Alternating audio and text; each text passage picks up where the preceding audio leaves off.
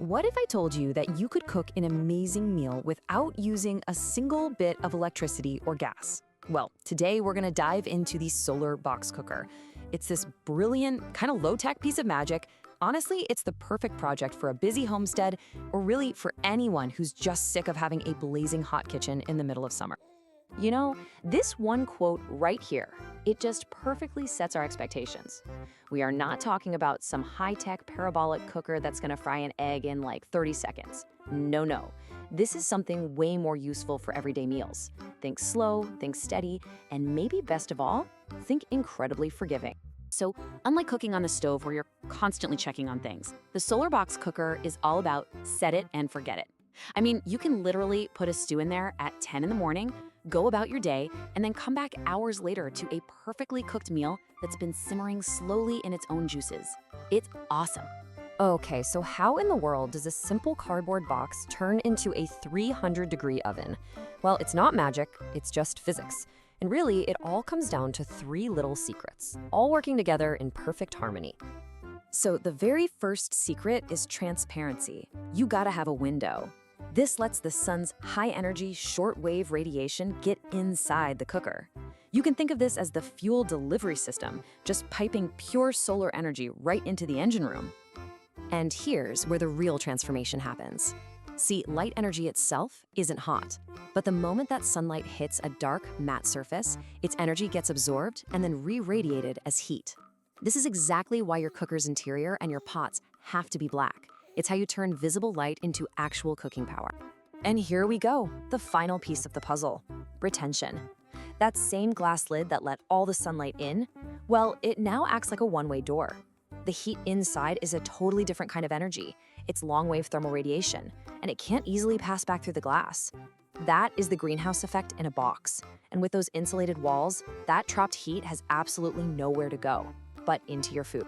All right, so are you ready to build one? The classic box within a box design is super effective, and you can probably make it with materials you already have lying around. Let's walk through the blueprint together.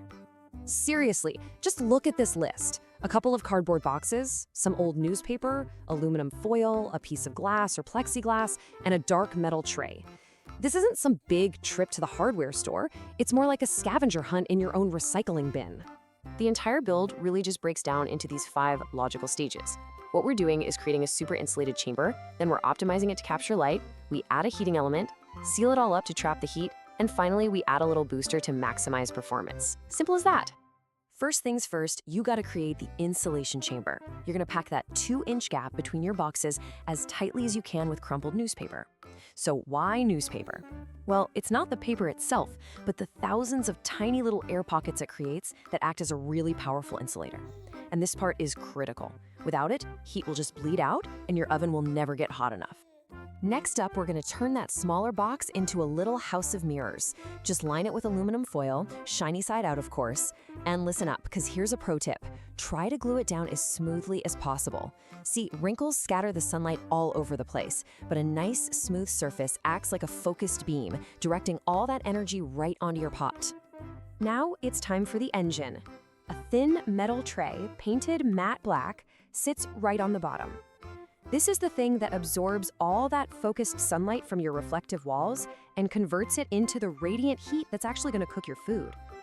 Okay, this step is absolutely critical, so let's slow down for a sec. Your lid, with its glass or plexiglass window, has to form an airtight seal. I mean, use weather stripping, use felt tape, whatever you've got. If hot air can leak out, your oven just will not work. It's kind of like trying to boil water without a lid on the pot. All that precious energy just escapes into the air.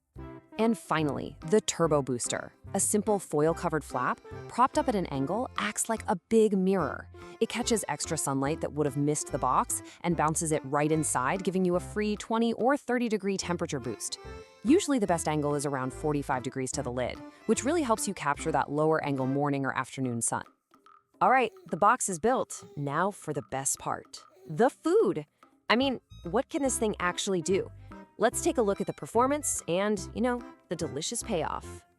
So here's what your new cooker is capable of. On a reasonably sunny day, a well-built box is going to easily reach and hold temperatures between 200 and 300 degrees Fahrenheit. That's about 93 to 150 Celsius. And let me tell you, that is the prime territory for slow cooking. So what does that temperature range really mean for your menu? Well, it's perfect for anything that loves to be cooked low and slow. We're talking fall-off-the-bone tender roasts, hearty stews, chili, perfectly cooked rice and beans. Heck, you can even bake bread in it. The crust will be a little softer than a conventional oven, but it totally works. Now, this right here is a really crucial detail for success. Using the right pot makes all the difference. You want thin-walled black pots that absorb heat really quickly. A heavy cast iron skillet, it just takes way too long to get up to temperature. And a shiny stainless steel pot will actually reflect the sun's energy away. So don't fight your oven, work with it. Let's be realistic though. It's got its pros and cons, right? It's incredibly safe, it keeps food super moist, and it's almost impossible to burn anything. But it is slow, it's completely dependent on the weather, and it really only works during those peak sun hours of the day. Like they say, no sun, no lunch. So keeping those limitations in mind, why is this simple box such a game changer for so many people? Well, let's zoom out for a second and look at the bigger picture. This is the heart of it, right here. The return on your investment is pretty much infinite. It costs next to nothing to build, the fuel gets delivered free to your doorstep every single morning, and, my personal favorite, it keeps your house cool on those scorching summer days when the absolute last thing you want to do is turn on a stove. You know, this really captures the whole spirit of the project. It's so much more than a DIY appliance. It's about self-sufficiency. It's about cleverly using the resources all around you. It's really a foundational skill that connects you directly to the clean energy that powers our entire world. So I'll just leave you with this one thought. The next time you're looking at a bright, sunny day with a meal to cook, what are you going to choose? Are you going to turn on the stove and pay to heat up the whole house? Or are you going to step outside and harness that clean, powerful, and absolutely free fuel?